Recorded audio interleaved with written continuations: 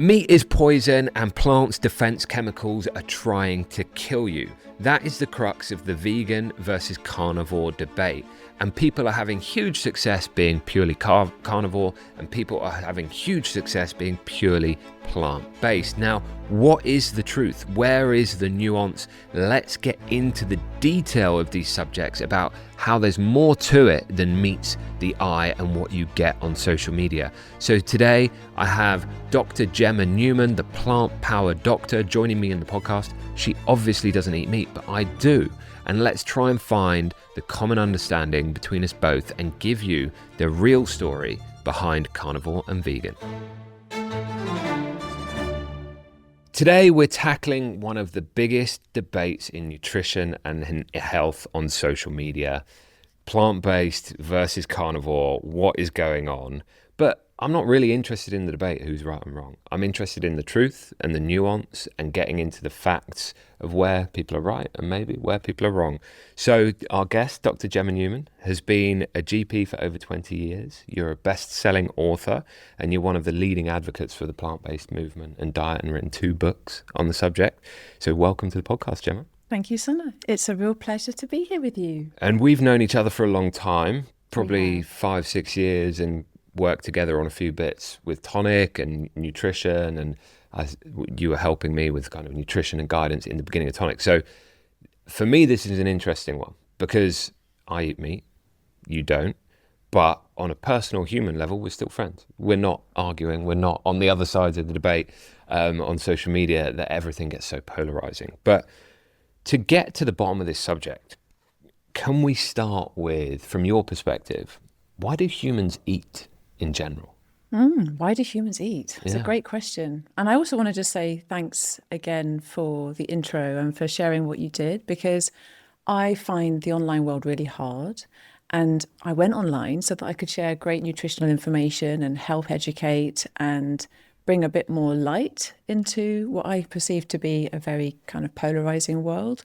So I really don't like the kind of debates that happen online. And it's so refreshing to have the opportunity to just come and chat and dig deeper into why people think the way they do, why people eat the way they eat, and help people come to a better place. So I really appreciate that. So we eat for loads of reasons, don't we? Obviously, the basic reason is survival. And then on top of that, we have traditions, we have pleasure, we have geographical location. And, humans have adapted and survived over many, many thousands of years to eat pretty much anything that they could in order to still be here standing, or in this case, sitting, you and I in this podcast studio. Yeah, lots of reasons. Lots of reasons. But there are like core biological functions, right? And my understanding, and maybe I'm biased, but my understanding of why we eat is it's actually for nutrition, right? We need vitamins, we need minerals, we need nutrition for our body to function properly, to have good energy, to run its immune system. Would you agree with that? I would definitely agree. We need nutrition. We need good nutrition. And, I think humans have tried to adapt the best they can to a variety of different environments over the years. And in the modern world, we're in a position where many of us have the opportunity to be able to have quite an abundance of different kinds of nutrition. So, that's kind of conflicting in a way because we've had to evolve to sort of only eat things that were available. And now we can get all sorts of things. But some of those things are not necessarily as nutritious as we would want them to be, especially, when many of us are eating a diet that's very rich in ultra-processed foods. And there's more of us that are living with obesity and undernutrition than you could possibly imagine, given how much is now available to us. It's an irony, right, that we've got more food than ever. For the first time in history, we haven't had starvation or famine in the Western world, let's say. I'm going to say it's not everywhere, Not sadly. everywhere, sadly. But we have this abundance, yet at the same time, if you look at population level data, still 3/4 of Brits aren't getting enough nutrients, or it's 9 in 10 if you're talking about fiber. So there's lots of areas where we're just eating too much ultra-processed food. So I think that's probably one area we obviously agree on, is ultra-processed foods are bad. They're high in calories, low in nutrition. Yeah, I agree. I totally agree. I think that there is nuance to that, which is, I think, what we'll come on to. Yeah. But When the majority of the diet is composed of ultra-processed foods, we know from looking at population data that there is increased risk. There's increased risk of obesity because it's not only ultra-processed, but ultra-palatable. So, of course, people are going to eat more of it than they need. There'll be more calories, more saturated fat, more salt, more sugar. Yeah. And so, the data that we have on ultra-processed foods is driven primarily by sugar-sweetened beverages, or basically the sugary pop drinks that we have, processed meats, and high-salt, fat junk foods. Those are the three main groups that would drive that data. That being said, I think it's fascinating that we can't actually necessarily rely on food processing or the amount of processing to guide us on nutritional status, interestingly.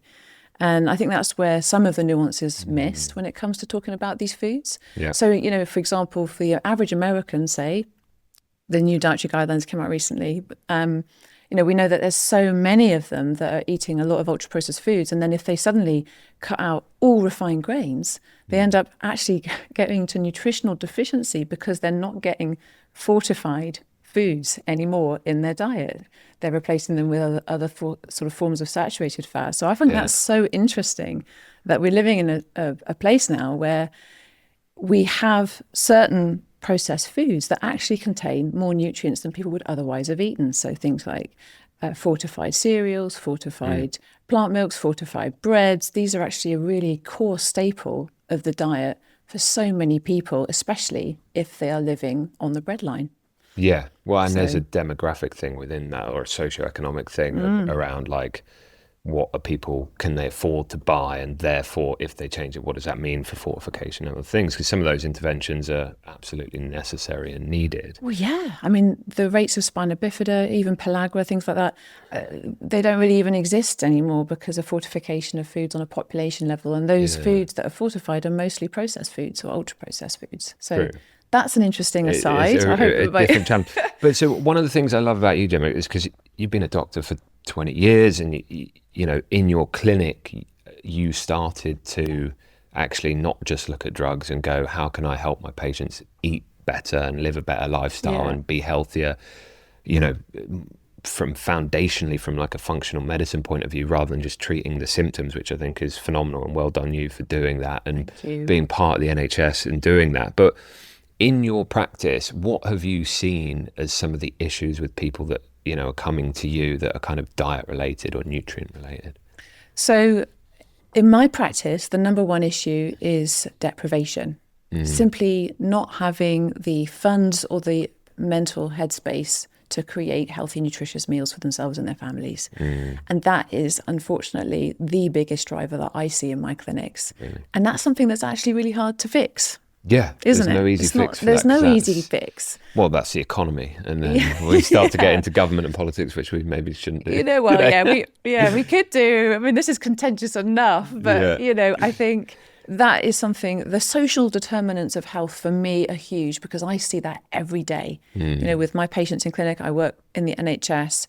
That is what I see day in, day out, and people are really struggling, and they have been actually since 2008, and I've been doing this a long time, since that first financial crash, and obviously before certain populations, but things have got really bad. And I think the use of food banks is going up, people really trying to plug the gaps in their nutrition that way.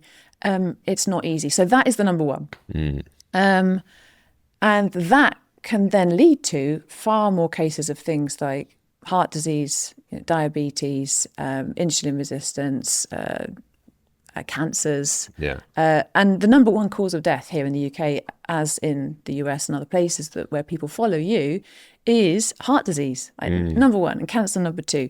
And the cause of debility, type 2 diabetes, 80% of people with type 2 diabetes will die of heart disease. So it's big, it's huge. And so when I'm seeing patients in clinic, I want to make sure that they are really improving their cardiometabolic risk profile. They are massively, hopefully, improving their blood pressure and their lipid profile.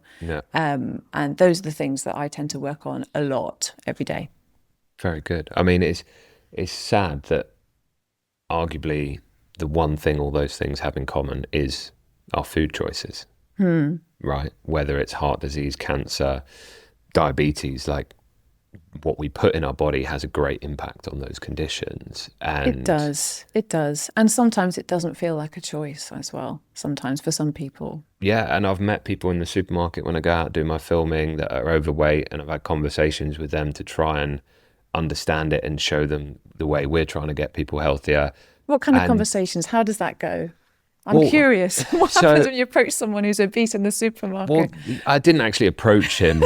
He kind of started the conversation with me because he saw me filming, and he was overweight, and it was a really interesting conversation. It was very clear to me with him very early on, and I didn't try and change his mind or have an argument with him in the supermarket, but it was very clear to me early on that his view was that he was overweight because of his genes and biology, and there was nothing he could do about it. Which for me is sad, because I believe there is, but it was highlighting the fact that this is so much broader than just, hey, you should do this because you should do this and this is the right way to eat. There's also socioeconomic status, there's also psychology, there's also all these other things that contribute to getting people into these states. So true. I was speaking with an obesity specialist, and there's this incredible graph or map that shows you all these different intersecting factors that lead to people living with obesity, and it's huge, it's complex, it's challenging. Yes, people like to make things simple and feel simple, and they like to say, well, this is easy, calories in versus calories out. Well, it's not that simple. We agree on that. Yeah, great. And it's also true that the things that we eat and the amount that we move and the amount that we sleep and the amount of stress that we hold and our habits day to day do impact our body shape and size. So those two things are both true. Yeah. I think this is the common ground we'll get to. I mean, we have to kind of try and move this on to a bit more the vegan carnivore thing, but I think the interesting thing about this debate is actually we want the nuance, because there is so much nuance to it, and it's not as simple as one side's right, the other side isn't. There's truth in both camps. That's why so many people are dogmatic about it on either side. But I want to at least try and find the middle ground where people can understand both perspectives, and rather than arguing, go, how can we just at a population level help everyone be healthier? I don't care if you eat meat or whether you eat plants, that's up to you.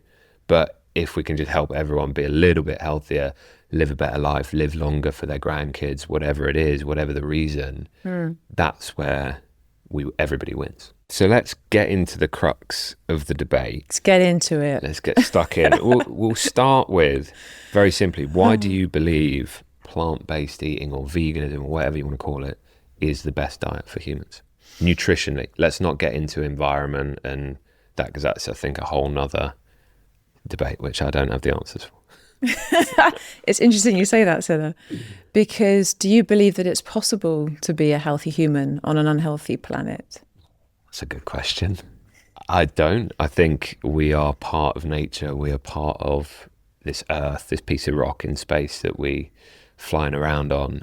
And you need a healthy planet to have a healthy environment, to have a healthy human, because the air that we breathe, is really important. And it's well studied that if you live in cities, you're probably shortening your life by a couple of years based on the pollution you're breathing in from the air. Right. Versus living in the countryside. So I'm all for environment. This is, for me, this is a kind of more of let's start with the nutrition. Let's try and understand from a nutrient perspective. Yeah, sure. How should humans eat? And then we can talk about the ethics at the end. Well, it wasn't ethics. That wasn't an ethical point. Attempting to separate human nutrition and wellness from environmental wellness is challenging because human actions are causing a lot of issues with the planet and keeping it healthy. Yeah. And so when we are causing environmental degradation and not just carbon emissions, but eutrophication of the rivers, loss of the rainforests, loss of, even in the UK, we have like 4% of ancient woodland left and the rest of it's pasture land now. And it used to be huge swathes of ancient woodland. So my point is that in completely avoiding the environmental topic, it's going to be a challenge because we have to look at that big picture as well. But getting to nutrition, I think it's helpful to actually define what we're talking about, because veganism and plant-based eating is not the same thing, which is, again, something that people get confused by. And so veganism is simply a philosophy of reducing harm. So on a practical level, people who say that they are vegan aim to reduce harm to animals and to the planet wherever practically possible. So that doesn't mean that it's always practical, but that's what they're aiming to do. And it doesn't just involve food in that case. It involves other decisions around, things like the products that you buy to use on your skin, or the products that you might buy to wear, things like that. So it's more of an ethical stance to reduce suffering as best as you can. So that's a bit different from plant-based eating. I think people often enjoy plant-based eating for the health benefits without necessarily thinking about the ethical side of things. And when I'm talking about the benefits of plant-based eating with my patients, I certainly wouldn't say they've got to go vegan, because that's an ethical stance rather than anything nutritional. That being said, we do know that whole foods, plant-based dietary approaches and dietary patterns are really, really good for our health. And that is where I focus most of my advocacy. I have to share my personal views, I think, because it gives context for where I'm coming from. And I need to also understand my own personal biases. I care most about humans because I trained to be a doctor, and I've been a doctor working in the NHS for over 20 years. So humans are my focus. But in deciding personally to go vegan, I wanted to widen my circle of compassion. And so that is why I make those specific choices. But I certainly wouldn't make the argument that other people would have to eat 100% vegan in order to be more healthy. Well, that's a good distinction for people, I think, because on social media, you never get that clear distinction, right? Initially, it's a 30-second snippet and someone's arguing about why everyone has to stop eating meat. And then my view is that kind of very rigid, dogmatic approach essentially then turns 3/4 of the population off, because roughly 73 to 75% of the UK eat meat. So then those people straight away are totally like, whoa, I'm not just going to change like that. Like, that's where I come from in health education, is like, people don't take big jumps really. Or if they try to, they fail after a few months. Like, it's the small micro habits and steps that will lead to healthy change. So if you want people to eat less meat, that's fine, but don't tell them to stop entirely if you want change. I think that your 1% improvements point that you made in your book was really wise, because I find in clinic that people do struggle to make big shifts unless they have a strong motivation to do so. Like a health scare or like something. A health scare. And a health scare is usually where I have the most inroads when someone is really struggling with something and they want to try and make benefits quickly. They are far more likely to just jump all in and see how it goes. Doesn't mean that they'll necessarily be immediately successful, but they'll do their best to make big changes if they're worried about their health. But the point I think probably it's worth coming back to is that it's really a nutritional science consensus that a plant-predominant diet is the healthiest way to go. And it's hard to conduct a debate about that, because that is something that has been shown across so many different kinds of trials, so many different kinds of data to back that up, that it's a bit challenging to argue that being completely carnivore is healthier, because it's like, well, I've seen the analogy online actually, which I thought was quite amusing, when someone says that you're trying to play a game of chess and you're having a debate and you're all using the pieces, or you think you're using the same pieces, you think you're using all the pawns and the queen and the king, but the person on the other side of the table is actually not a person, is a pigeon, and they're just jumping about and they're just kind of making a mess on the chessboard, and you just can't argue from the same kind of context. That's how I see it, because there is so much difference in that. But I mean, that's how I That's how I feel about that. Well, that's fair. And listen, I have seen all the science that shows eating more plants is good for our health, it's good for our gut. There's tons of polyphenols, antioxidants, vitamins, minerals in vegetables, fruits and plants that I think we need. And the fibre point you made, which is so true. 90% of us have a fibre deficiency. So for me, I think, we so often online, we miss the main point. We don't have, generally speaking, we don't have, the problem isn't like protein deficiency or loads of seed oils. The problem is that we eat far too many calories and far too much saturated fat. And basically, I think ultra processed foods drive our overconsumption of those things as well. And that is where the main problems are in terms of nutrition. Well, we'll come on to some of those bits later, but I want to flip it and say, why do you think carnivores think their diet is the best? Do you have a perspective? I do, yeah, sure. I mean, my understanding is based on listening. So I do that in clinic a lot with my patients. I try to do that with my friends and family. I spend a lot of time listening, less time talking. On this podcast, it's a bit different. I'm talking loads, but when I listen to other people, I want to understand why they think the way they do. And when I look at people, most people who are trying a carnivore diet are doing so because they want to feel better. And most people who do it, at least from what I can tell from certain forums, initially do feel a bit better because they're performing a very strict elimination protocol.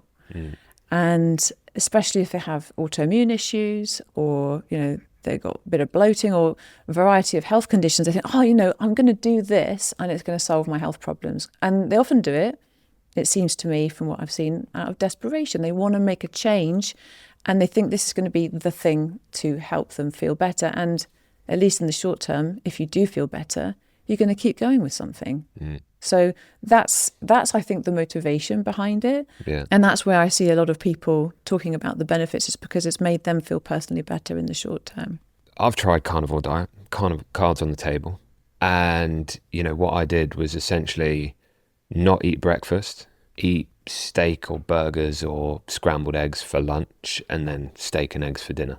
Very simple diet. And I can relate to what people feel, because after the first couple of weeks of feeling a bit weird, ropey, being on the toilet a lot because your microbiome has to change and adapt to what you're eating, you do have loads of energy. You feel mental clarity, you kind of get into a state of ketosis, and you wake up in the morning at 5 a.m. feeling fresh, not groggy, not tired, which a lot of people are used to feeling.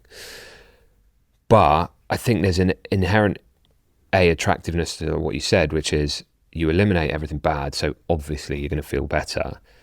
But there's this inherent attractiveness of carnivore is it's really easy for people to follow, right? I think partly it's just so easy, just eat meat. It's not a complicated diet plan, don't have to count anything, really simple. Everyone knows how to cook a steak. Like, there's an ease element to it as well, which works for people. But would you say, because my perspective is, I don't agree like carnivore long term is good when you've had people like Paul Saladino, who's one Carnivore MD on Instagram, if you want to go check him out. He's been carnivore, written the book on it, spent 5 years basically being hardcore carnivore, and now he's calling it animal based, and he's including squash, and he's including certain vegetables. He's bringing his fruits back. And he's bringing some fruits and some root vegetables back. And he's feeling better. And he did say, he was quite open, he did say after a long time on carnivore, he started having some issues in the body as well. But what would you say, just trying to like level the playing field for people, would you say carnivore could be a useful tool for a short period of time if someone's looking to strip out inflammation, address an autoimmune issue, and have a specific thing they need to address? So it's so interesting, all the things you said, and there's so much I feel I would like to unpack around that. When you said about it being useful because you're cutting out everything bad, I would say that I try to avoid classing foods as just bad or good. And I think that when we look at carnivore diet patterns, what we notice is that although there's a lot of vitamins and minerals in a big slab of steak, and certainly as well in eggs, there is also the element of knowing that there's lots of data to show that this kind of eating pattern will increase your risk of heart disease. It really does.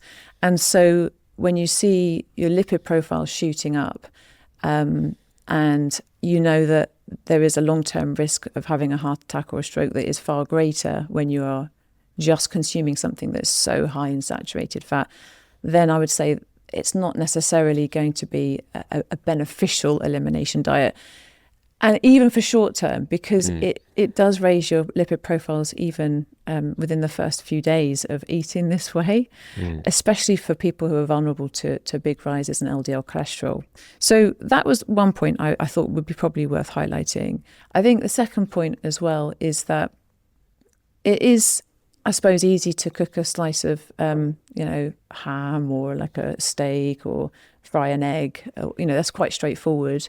But I should imagine that for some people that would also be quite challenging to fit into day-to-day life, just eating meat or eggs all the time. For sure. But the same goes, I think, for eating mostly plants. I mean, that can also be challenging when we're in a very ultra-processed world.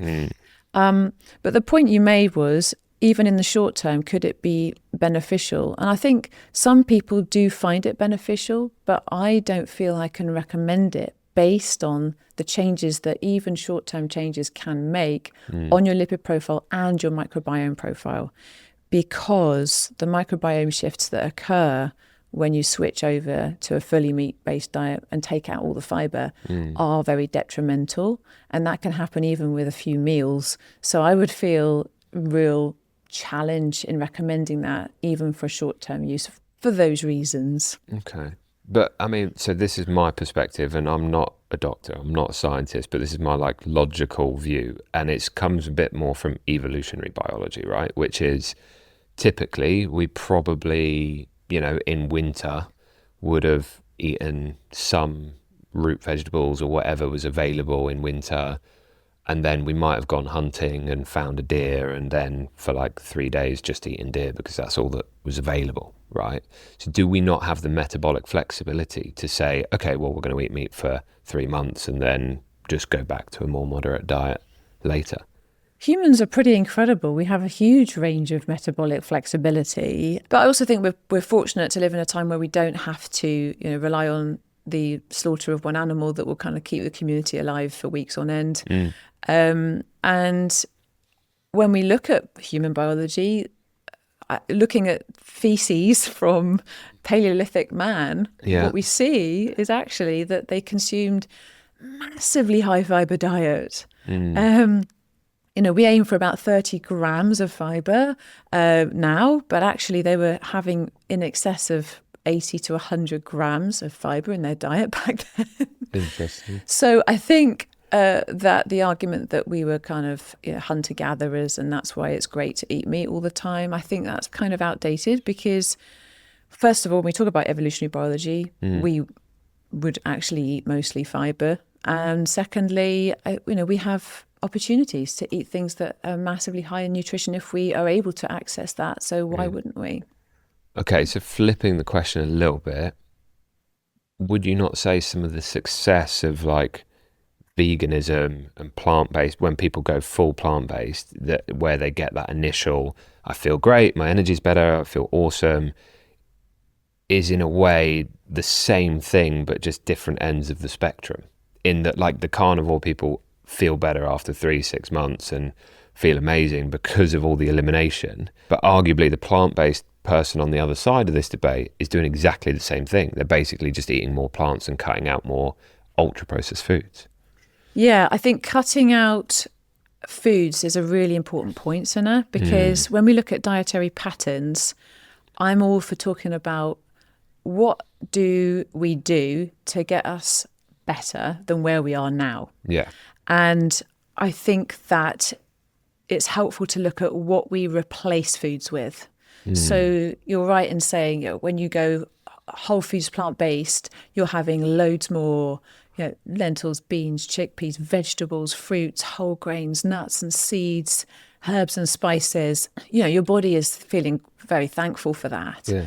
And, when you go full carnivore, you're having meat, eggs and whatever else, cheese or whatever it is. And you may get diarrhea or constipation or feel a bit ropey to start with. And then, you may have some other health benefits down the line. And so you think to yourself, well, surely you're doing the same thing. Well, yes and no, because with the plant-based pattern, it's an elimination diet of sorts, but you're also getting a lot more of the stuff that are good for your body long term. And there's a lot more diversity. Whereas with the elimination diet going carnivore, you are restricting your gut microbiome significantly.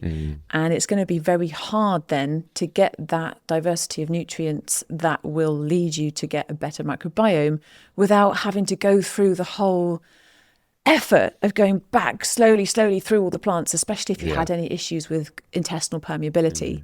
That is one of the major things that people sometimes struggle with, is having had either an ultra processed rich or very meat heavy diet and then trying to adapt to eating more plants. And if you feel bloated or you feel strange, you think, oh God, this can't be good for me. But actually it is. It's just that you're not feeling necessarily great at that time because your body is suddenly having to work with all this stuff that you weren't working with before. So it's like going to the gym and thinking you're going to lift the heaviest weights without actually gradually building up that tolerance, I suppose, exercise tolerance, or your kind of gut tolerance for those things. The one having the right bacteria to digest the food you eat. And there's 100%. An element of, I've got my Whoop band on, and one of the things it tracks is actually sleep consistency. Around when you go to bed and when you wake up, the more consistent you are with that, the better. So there's probably an element of truth in that within the diet as well. And also with your little gut bugs, so your little friends in your belly, because your lower intestine responds to the circadian rhythm as well. So you're actually making your beneficial gut bacteria thrive with consistency, even through sleep, not just through food. Yeah. Anyway, I know that's a slight aside, but... No. So then we do have to touch on, because obviously there's been a big boom on ultra-processed vegan meat alternatives. Do you have a view on those? I do, Sana. Surprise, surprise. Surprise. What's your view? I think that you mentioned consistency, and I think that consistency is really important, not just in our day-to-day habits, but in our ways of thinking. And in my perspective, I think that it's quite easy to demonize plant-based meat alternatives as ultra-processed. Back in the day, people said that eating a fully plant-based diet was too restrictive because it was too difficult, because not everybody knew how to cook beans and lentils and chickpeas and tofu and tempeh, and that's too hard, which I understand. But now the opposite argument is being made, that veganism is all about ultra-processed foods and it's not healthy. And it's almost as if you can't really win promoting plants, because one way or the other, people will find a reason for them to be so-called bad foods or difficult foods. When it comes to plant-based meat alternatives, I see them as a really useful tool because they help people make dietary shifts. And what I think is quite interesting is if we take out emotions a little bit, which is hard to do because we're human, but if we look at objective data on things like lipid profiles, weight, blood pressure, it's interesting because even in replacing something considered to be natural or more healthy, i.e. a whole foods diet that contains a big sort of slab of meat, and then you just think, we'll just replace that with a Beyond Burger. Well, how is that healthier? It's got all the seed oils and it's got all the processing. It's not healthier. Interestingly, if we just remove the emotional or the natural elements to that, what we actually notice from study evidence is that if you directly replace them, you do see an improvement in blood pressure and lipid profiles and weight for people who replace red meat with plant-based meat alternatives, even with the extra processing, which I find really interesting. I don't think that the ultra-processed plant-based meat alternatives are healthier than whole plant proteins. I think that there is a scale. And I think looking at the data on human health outcomes, that plant-based meat alternatives are not the problem that they're made out to be. I don't think we should rely on them for our main source of nutrition. But I do think they have a place, especially for people who really enjoy the taste of a burger and they want a burger, but they also want to bring their blood pressure down and their lipid profiles. There's objective evidence that they could do that with a plant-based meat alternative if they chose to. And there's the environmental element, which everybody misses, because we know the environmental impact of the meat and dairy industry. Again, that's something that is not my opinion. It's one of those capital T truths that I think people don't really like to think about. My feeling is that we have to make room for many different kinds of meat alternatives because people enjoy the taste of meat and they are very emotionally attached to meat and they don't want to give up meat. So why not have something available which helps them with that? Even if you look at the packet and there's a lot of different ingredients that you don't understand the name of, it doesn't necessarily mean that objectively the outcome data is worse. I think this is where the ultra-processed food conversation can get quite tricky because we know ultra-processed foods can have negative health outcomes. We know we consume too many of them. But that data is driven by, like I said before, sugar-sweetened beverages, processed meats, and high-fat, high-salt junk foods. Fortified cereals, fortified grains, plant-based meat alternatives, plant milks, they don't fall into that category. And they actually can sometimes have some health benefits, if depending on what they're replaced with. Okay. Well, let's try and get into the nuance of this, because this is where the crux of the debate gets really interesting, because I have a view on it, which is if you want to eat tofu, tempeh, bean burgers, I'm all for it. Go for it. Beans are good, healthy. You can get vegetable burgers that are 60, 70, 80% vegetable, right? Just natural peas and beans and sweet corn or whatever put in them. That's what I remember vegetarian food being 20 years ago, right? You found it so delicious, didn't you, Sana? I had friends who were vegetarian and we went round their house for dinner regularly and they'd feed us bean burgers and I loved them. They were great. Good. Right? But hopefully you bring a few more bean burgers into your life. Maybe. But this is, to me, this is where the context is important, because I look at food like a bean burger with beans and vegetables in it. You're getting whole foods. Yes, it's plant-based, but there's nutrients in those whole foods. Yes, it's plant-based and there's nutrients in and those there's whole nutrients. foods. Whereas if you go more down the kind of ultra-processed meat alternative, often you're getting a single source of highly processed soya protein or whatever, with then a ton of additives, emulsifiers, preservatives, all in the mix. And so from a pure nutrition point of view, I think those two things are very different. I always say, like, if you want to eat plant-based, fine, go for it, but eat the tempeh, the tofu, the bean burgers. Try and avoid the ultra-processed foods because there's less nutrition in it. Would you agree with that? Yes, I would. We have to look at nutrient profiles and food matrix most. Yes. And when we look at nutrient profiles and food matrix, there is definitely space for a little bit of meat. There's definitely space for things like Greek yogurt and, things like that are not plant-based foods.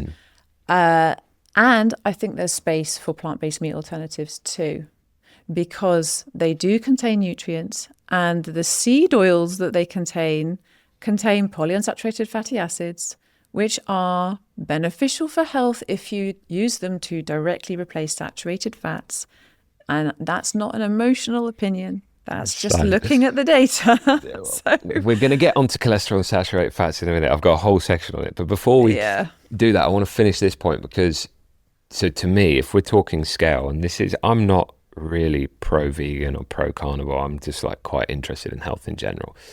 But to me, if I was making a scale, and this might be totally wrong, by the way, I'm not a scientist, and I don't think, the other point within this is I don't think you can actually fully prove this in science because you can't lock people in a room and 100% control their diet. So I'm not sure we can ever prove this, but if you were ranking a scale, and this is trying to get at the nuance, I think you would put certain things in certain places. So obviously plant-based whole foods, actual vegetables at the top. And then a bit away from that, you would have the ultra-processed food, vegan options or meat alternatives.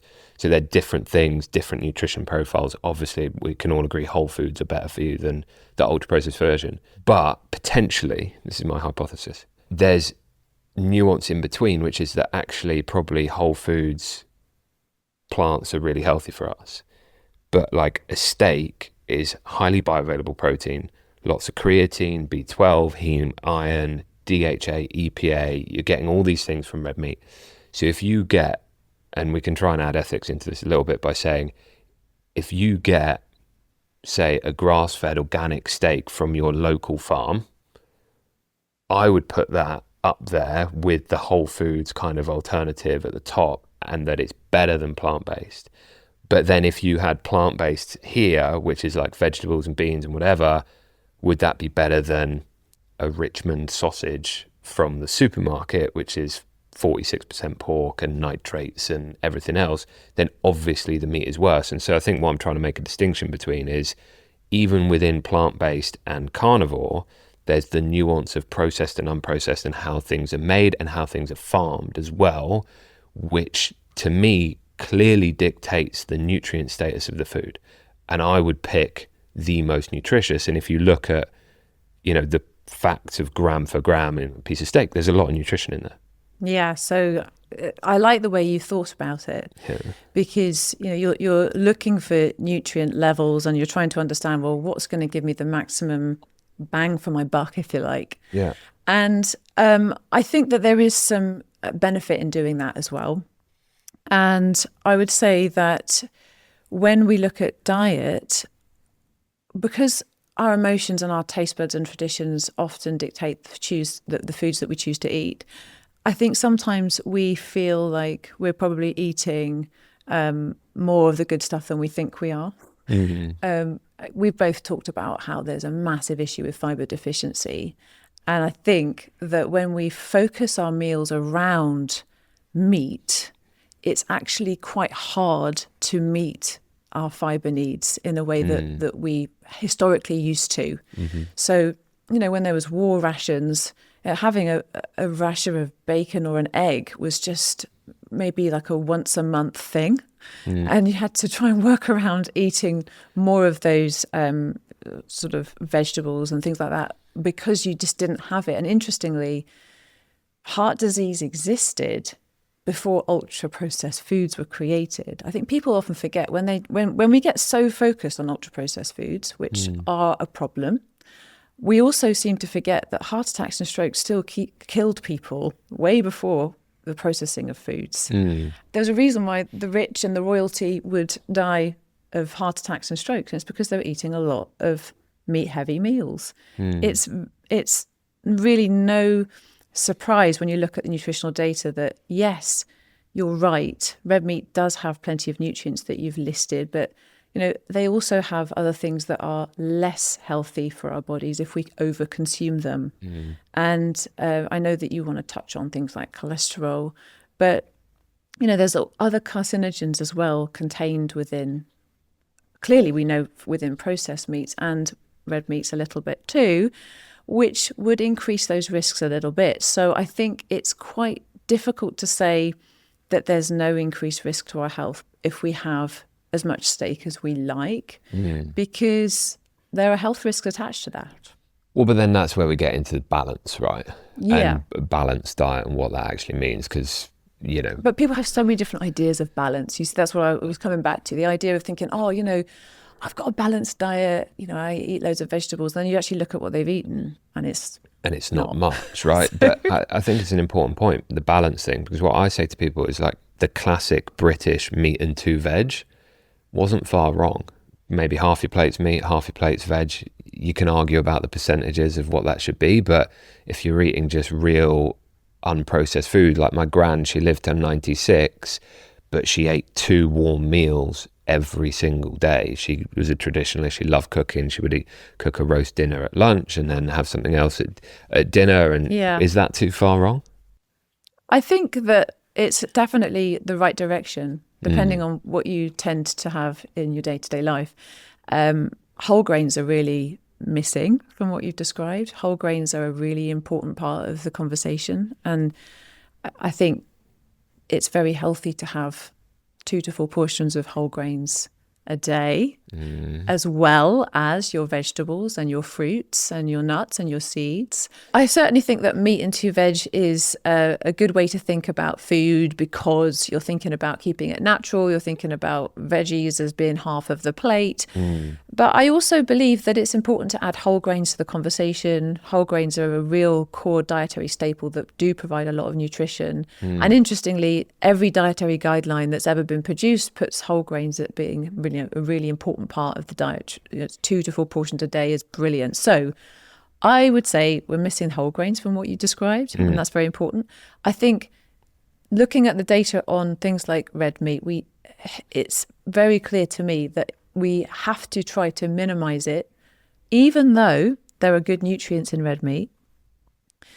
A high red meat diet does increase the risk of diabetes, heart disease, and all-cause mortality. So we need moderation. Okay, so to touch on that briefly, to go back on the kind of epidemiology point around how we study this, is it not true that a lot of the studies that show red meat is bad, I wouldn't class it as bad, or have poor health outcomes, or Yes. could be a possible class 2 carcinogen? Yes.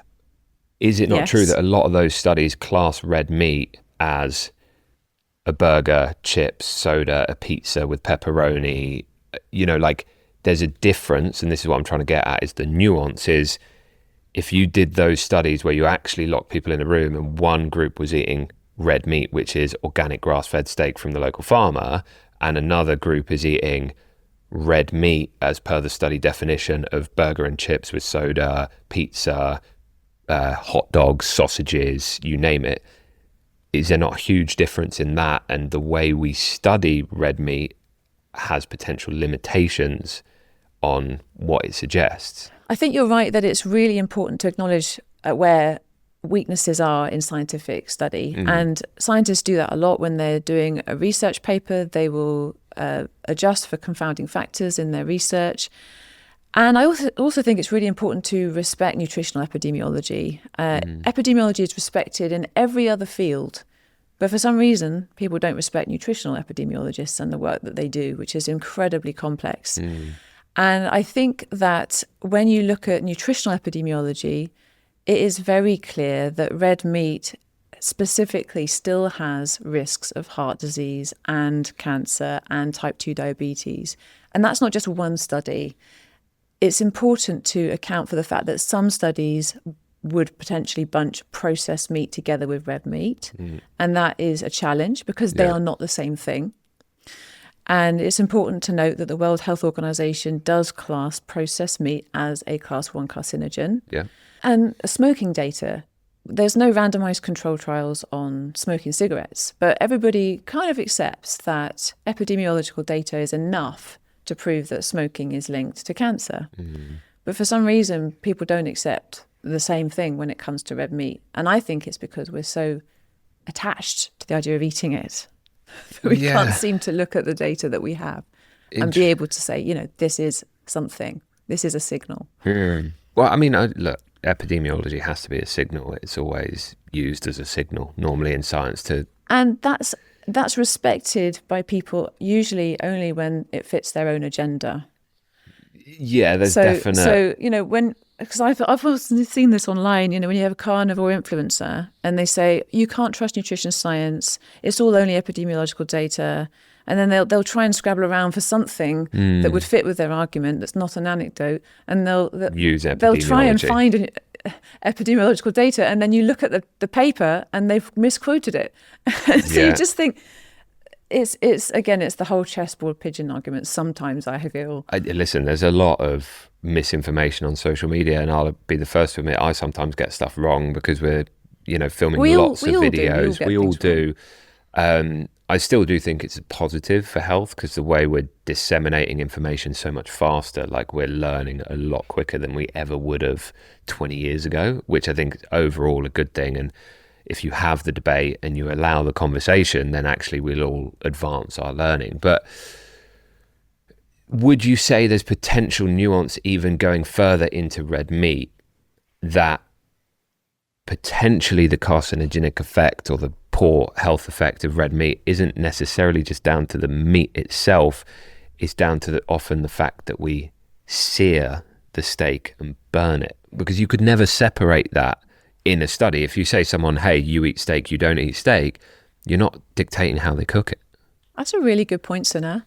And one of the ways that we assess carcinogenicity is through the production of heterocyclic amines, which are carcinogenic compounds formed by searing and barbecuing meat. So yes, I agree. That is one of the mechanisms that red meat can be carcinogenic. There's New 5-GC is another compound within red meat that is carcinogenic as well. We talked about the heterocyclic amines that are produced. I think that you could minimize the amount of those carcinogenic compounds by cooking meat slightly differently. And boiling chicken is probably the one that produces the least of these compounds. And I think it's worth noting that when you barbecue vegetable matter, that doesn't happen. So you can char your broccoli and it isn't carcinogenic. Correct. Really? Yes. I thought it would be bad as well. It doesn't produce the same amount of these compounds. I mean, charred toast is different.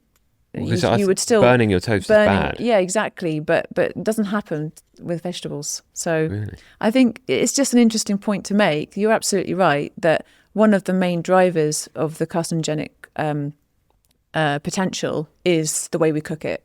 For sure. But we have to cook it because it's not healthy to eat raw meat. We're not lions, and we are far more prone to infections and gut issues if we were try to consume raw meat. What about raw sushi? Everyone eats raw sushi. Everyone eats raw sushi? Well, a lot of people do. There's health risks to that too, actually. Yeah. Parasites, exactly. Yeah. I don't know if you've seen them up close. They're pretty awful. They look very good, yeah. Parasites are a scary thing. I don't really want that in my gut, thanks. But so that's a really great point that you've made. And you do minimize those carcinogenic compounds by avoiding burning the meat, for sure. Because my favorite go-to dish at the moment is meat-based. But it is venison, wild caught, and then slow cooked for 8 hours with a load of veg and beans in a Dutch oven in the oven, and it's like this delicious meat and plants, and I'll just stick that on my plate and away I go. So it doesn't burn anything. That sounds tasty, and that sounds nutritious, and that sounds like something that would really appeal to you. I'm very pleased. So you wouldn't be anti that as a meal? Okay, I'm trying to find the nuance in this conversation, because I think so many people are confused. Yeah. And so many people hear different things, and I think my perspective isn't right or wrong. I don't know. And I think arguably the definition of science is a conversation, a debate, a discussion. Yes. Around what advancing human knowledge. I agree. And I think this is where we get so confused, because we're just not all necessarily talking from the same page, and that's where people can get very discouraged with their health. Yeah. But I guess if we were to try and wrap up that particular part of the conversation, my ultimate point would be to say, yes, red meat contains useful nutrients. Yes, it matters how it's cooked. And yes, it matters how much of it you eat. Yeah. And the more vegetables and the more pulses and the more whole grains you consume with your red meat, the better your gut health and risk of cancer, diabetes and heart disease will be. Interesting. Because last point on this is one of the common things you'll hear on social media of why red meat isn't the cause of all our health issues, is red meat consumption has actually gone down by about 37% over the last 50 years. And some of that's made up for by eating more chicken. But broadly speaking, red meat consumption has gone down, but our heart disease, diabetes, cancer, everything is going the other way. So do you have a hypothesis of why that would be? I do. So you're absolutely right. Red meat consumption has gone down. Chicken consumption has risen exponentially. Yeah. People are not replacing their red meat with more vegetables, whole grains and pulses. No. So we can clearly see that there's more of a replacement with ultra-processed foods, which is, we know, has a net negative impact on health. So I think what is helpful when thinking about food patterns is what you're replacing something with. So when you're replacing red meat with refined grains, high saturated fat, other foods, high salt foods and junk foods, you're not looking at a net gain in health. You're looking at a loss. And I think that's basically essentially what we're dealing with. Yeah. But it doesn't take away those signals of risk from red meat. It just means that people have replaced them with things that are arguably even worse for their health. Yeah. As I said before, people died of heart attacks and strokes way before food processing, and there's a reason for that. And you can see it as well with epidemiological data. You can pick up these signals as well through public health campaigns. So there's a really interesting public health campaign done in Finland called the North Karelia Project, where there was a huge drive to help encourage people to limit their consumption of things like red meat and obviously limit things like smoking so that they could massively reduce their risk of heart disease, because people were dying left, right and centre of heart disease in Finland at the time. It was a massive rise in heart disease after the Second World War. And they really wanted to do something about it. So what they did was that they put through a massive public health campaign that the people listened. They reduced their smoking, they reduced their red meat consumption, and heart disease rates dropped. So actually what we're looking at, I mentioned the importance of heart disease as our biggest killer, and yes, that's true. But actually, heart disease rates have gone down a bit. People don't realise this. Okay. Heart disease rates have reduced. Good news. Yeah, it is good news. And I think that that's an interesting point to make when you're looking at population patterns and what people eat. Cancer rates have gone up significantly, and diabetes rates and metabolic diseases have gone up. But interestingly, heart disease has gone down, even though it's still our biggest killer. Yeah, but then there's also, to your earlier point, a lot of nuance within that around, well, what are these countries eating and what are they replacing it with, right? So if you look at a map of Europe, the UK is 57% ultra-processed food, Germany 48%. But if you look at Italy, it's like 13%. If you look at Spain, it's like maybe 15%. The Nordics are pretty good as well. I can't remember the exact percentage, but maybe in the 20s. So if you go to a country like Finland and say, hey, eat less red meat, all of a sudden they're eating more whole foods, more plants, more un-ultra processed, like real healthy food. So they're going to have better health outcomes, as opposed to if you did the same study potentially in the UK, where then they change it to ultra processed foods to replace the red meat, and then you'd have a totally different health outcome. I'm not saying that's what would happen, but that's kind of the theory of like why this stuff is so complicated, right? Because you could do it in one country and have a totally different outcome from another. Yeah, it is complicated. I mean, the one I'm referring to from Finland, that was a public health campaign in the 1970s. Yeah. So I'm talking about data from 50 years ago when it comes to public health. But it's useful to mention because that happened before the boom in ultra-processed foods in general. Yeah. You mentioned about ultra-processed foods in the UK, and yeah, you're right.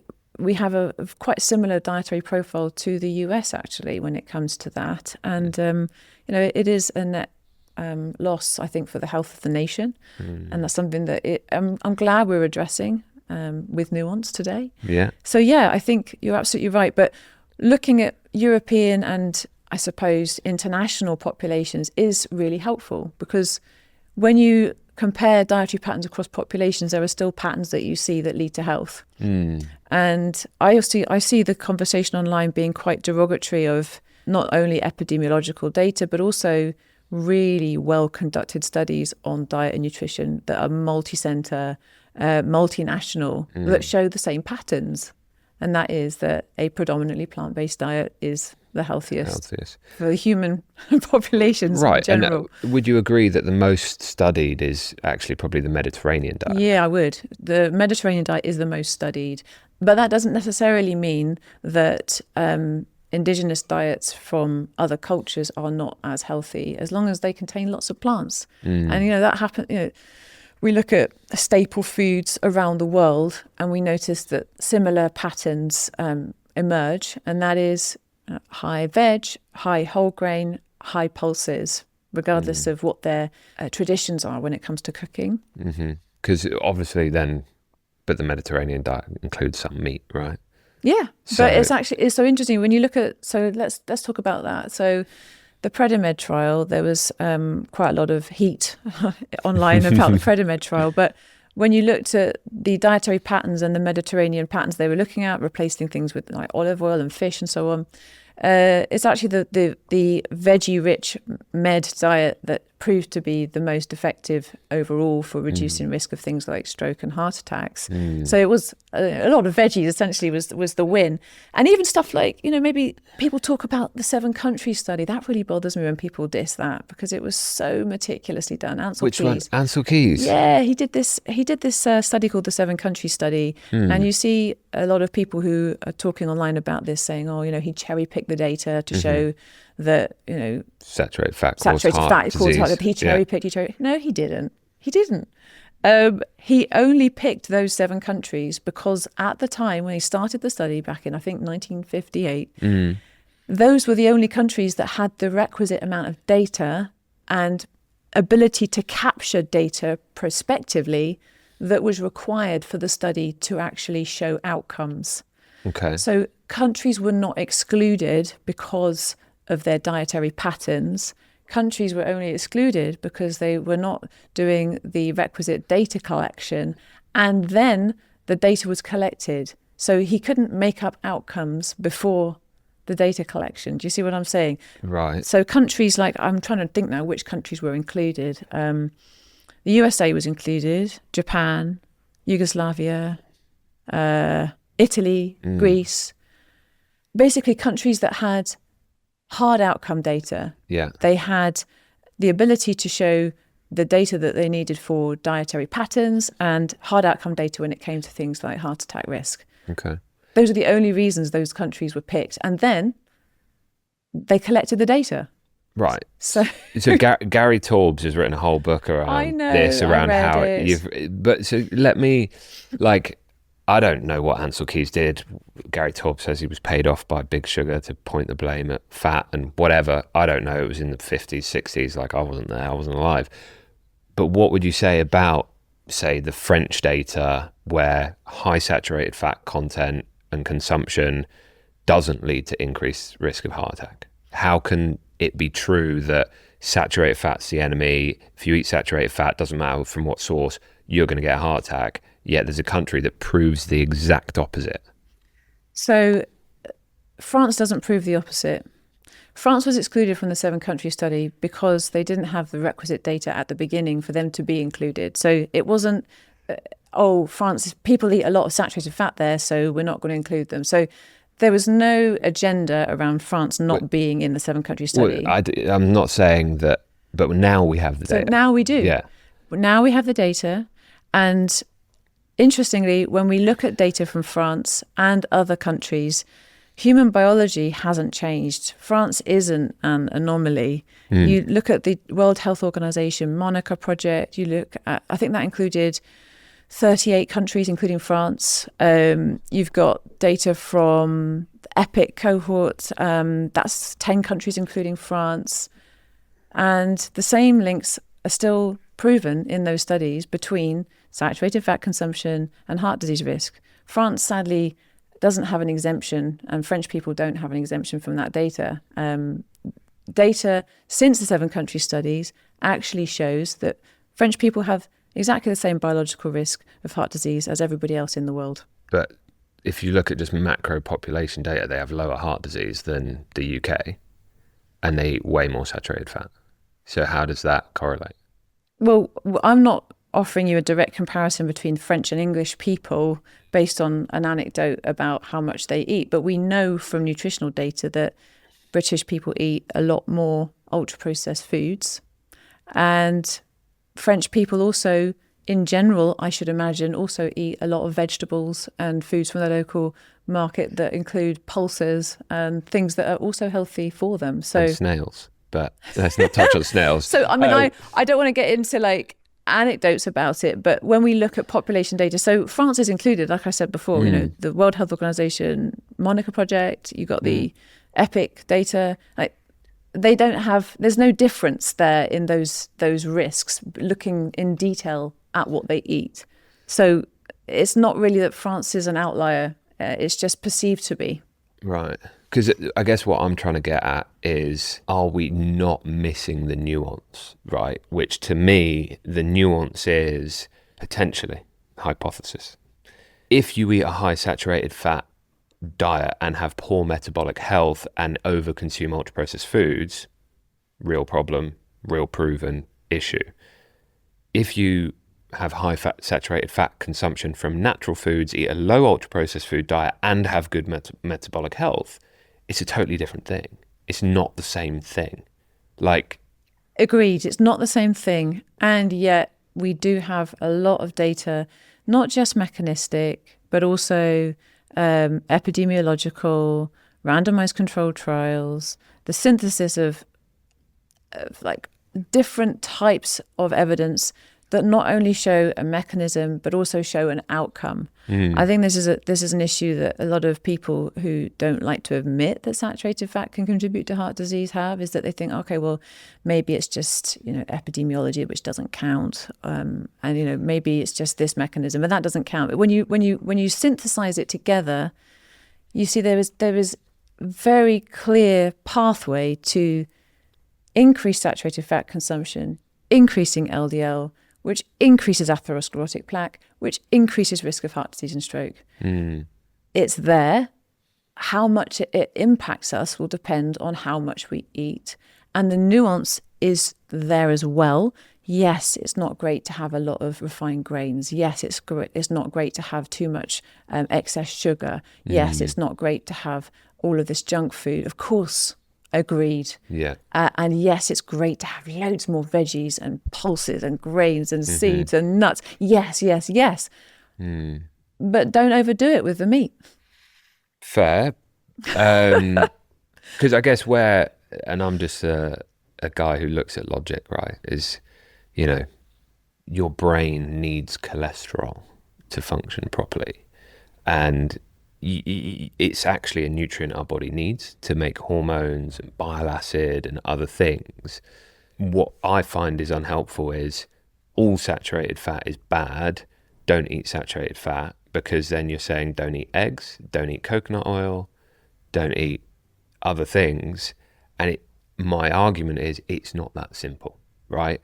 If I have high cholesterol and I play sport 5 times a week and eat a whole foods diet, is very different from someone who's perhaps overweight and doesn't do any exercise, is completely sedentary and eats mostly ultra processed foods. That's my point. Yeah, I think you have a much healthier body than someone who is sedentary and eats a lot of ultra processed foods. And I also feel that people really get so caught up in wanting to demonize vegan approaches to eating that they forget that in still increasing saturated fat in the diet, there is risk. You see it all the time, with these really fit, healthy guys that are running and buffed and going to the gym, and then they're on the running machine and they drop dead of a heart attack because they have been consuming a higher saturated fat diet. This is the damage that's done on the inside that you can't see, even if you appear healthy. I think, and this is what shocks people. You have men dying in their 40s of heart attacks, and they're like, why? Why has this happened to me? I'm so healthy. But their arteries are telling a different story. That is something that really frustrates me, because I have a family history of heart disease too. It matters to me personally. My granddad dropped dead of a heart attack whilst he was playing tennis. He was fit, he was healthy. My dad dropped dead of a heart attack in his 50s. And he wasn't chowing down on ultra-processed foods. He wasn't overweight.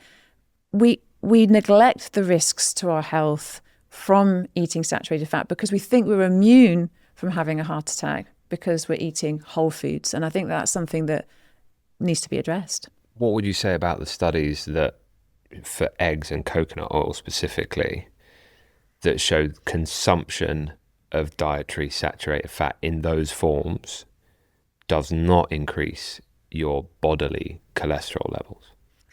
It would be interesting to look at those studies. I don't know which ones you're talking about specifically, so it's hard to come to debate without knowing that one. Sorry. But I would say that I have read studies to show that eggs don't particularly increase dietary cholesterol in some populations of people. And the ones that I've read around the issue of eggs and cholesterol, interestingly, cholesterol levels in the blood have only risen in those who were not eating foods high in saturated fat anyway. So when you look at, if you go into the detail of the egg studies that I've read, at least on this topic, they'll have a cohort of people who are eating more than 10% saturated fat in their diet anyway, and then they add in 1 or 2 or 3 or 5 eggs. Yeah, compared it doesn't make a difference. Yeah. Exactly. It's not really making a difference. Whereas you do see rises in dietary cholesterol if someone is eating a more whole food, plant-based pattern, and then they suddenly add in, I'm picking figures out of the air at the moment because I don't have the study. No, it's fair. But maybe sort of 4 or 5 eggs on top of that very low dietary cholesterol diet, then you may see a very slight rise. But I agree with you.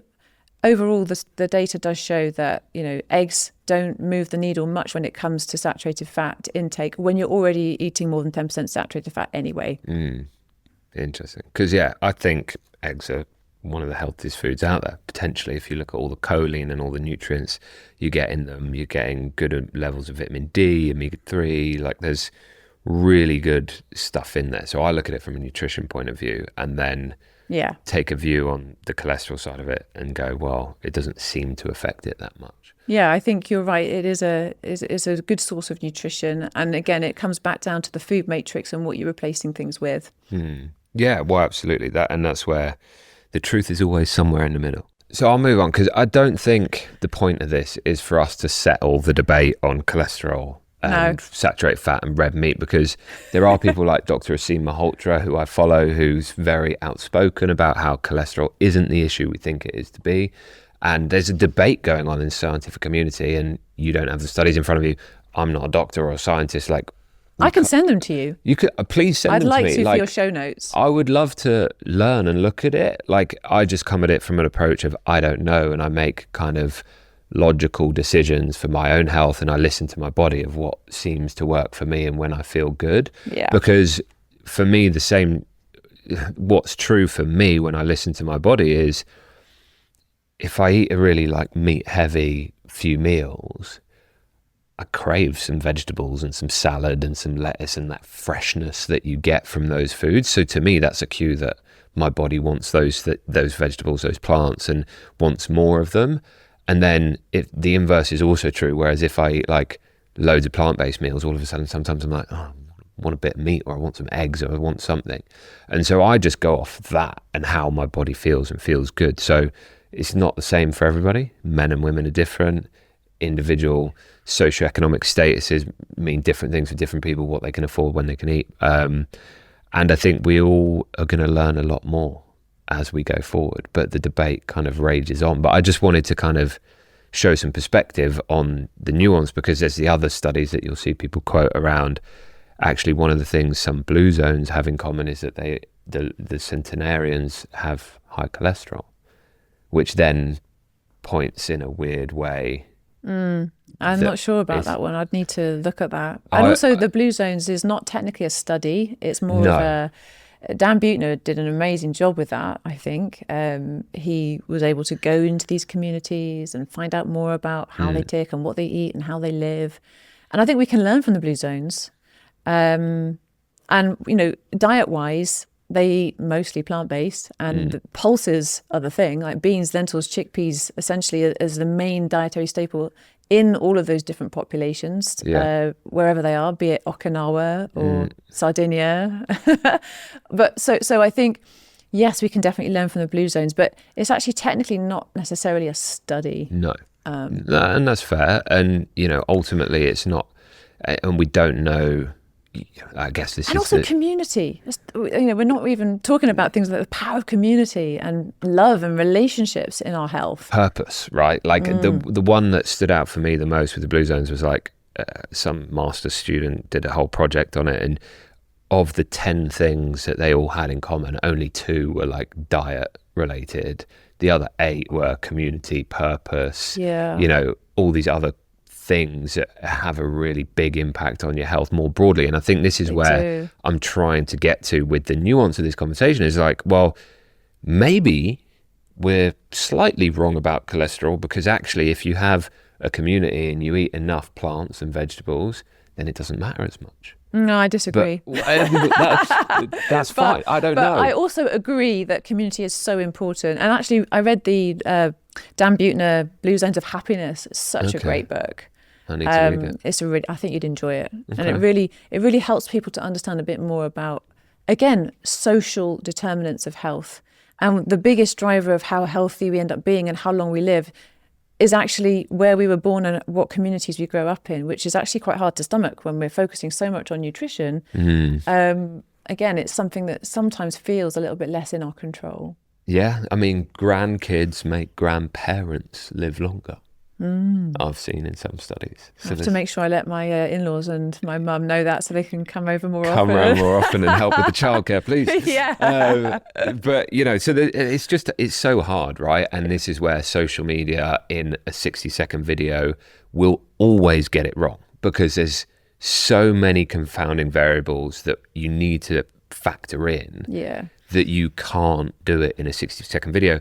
And it's also quite hard for a study to kind of control all those things. That's why it's good to have many different types and many different centres, many different countries. Yeah, well, exactly. But so good. It's so good to chat.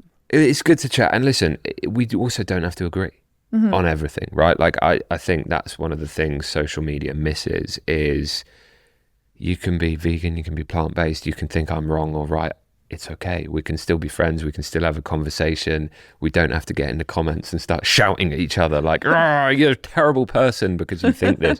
Like, that is the beauty, I think, of the human experience, is that it's actually our own life and our own world we live in, and we can make our own choices. Like, I believe in freedom quite a lot. So obviously don't harm other people and whatever, but like to an extent, people should be able to, my view on what they should take away from this podcast is what they want. It's not for you or I to decide what they should do. It's kind of their experience in their life. That's a really good point, Sana. Freedom and the ability to choose is really good.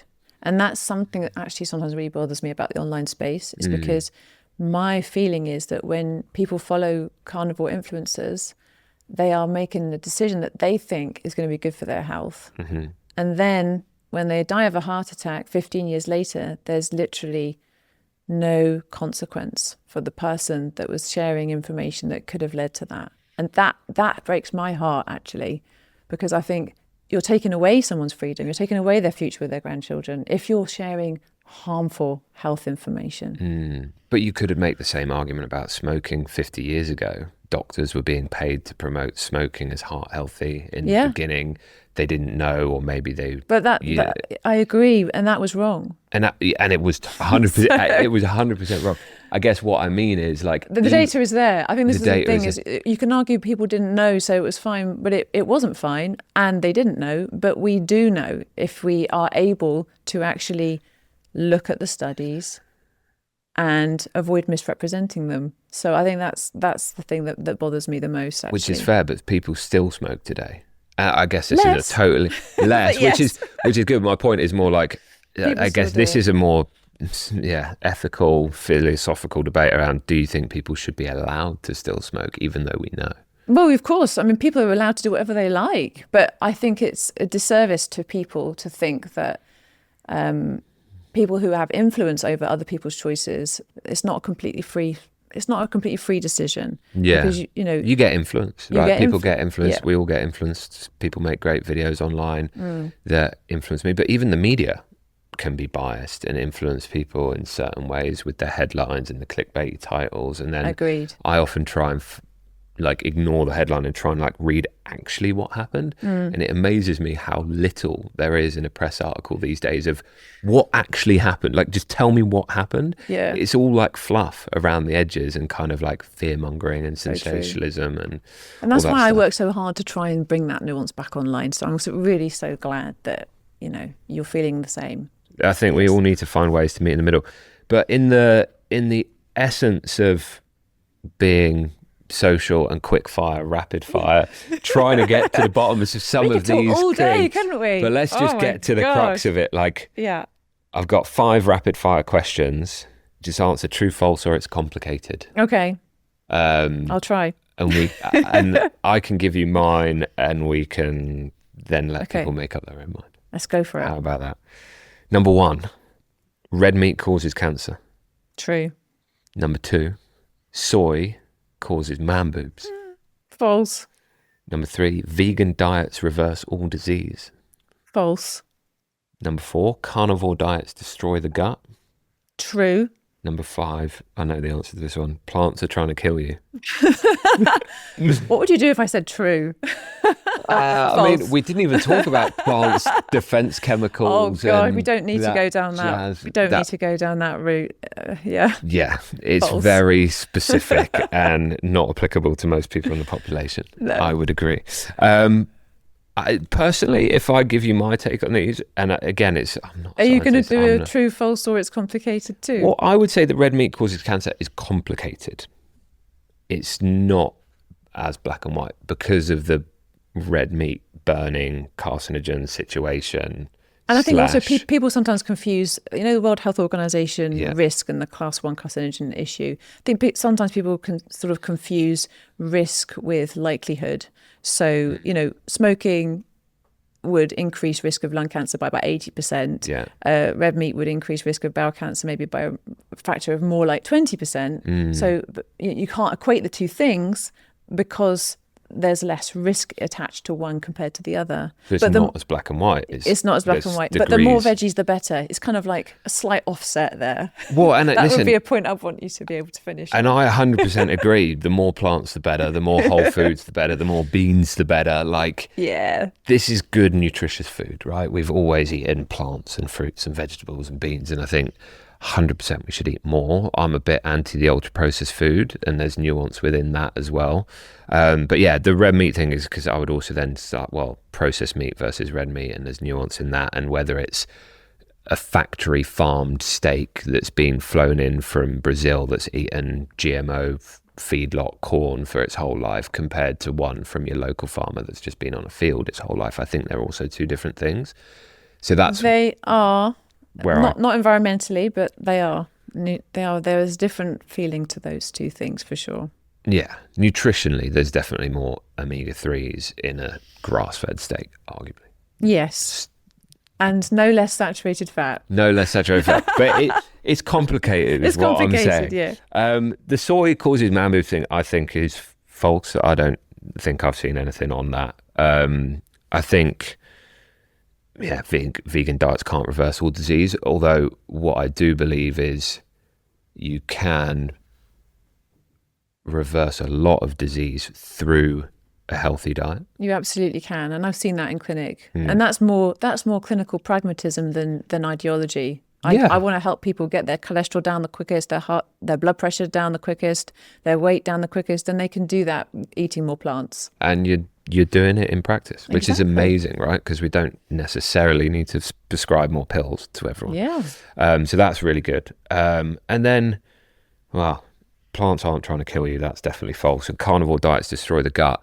I've felt how that feels because I did it for a couple of weeks.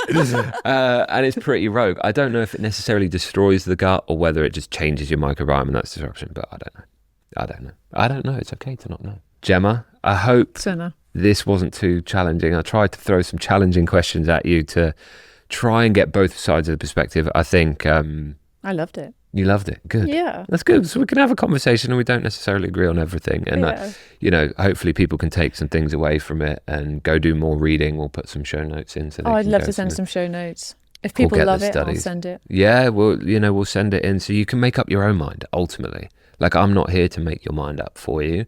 I just try and show you slightly less processed food options in the supermarket. That's all I do. So, yeah.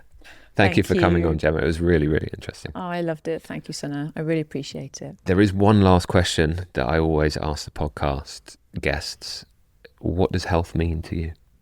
Health to me means vitality to enjoy the beauty around us in this world, on this planet. I think our reason for being here is to give love to ourselves, the people around us, and lack of health really impacts our ability to do that. So for me, it's really about vitality, to give as much love to the people around us as we possibly can. What a great way to end the podcast. Thank you. Thank you.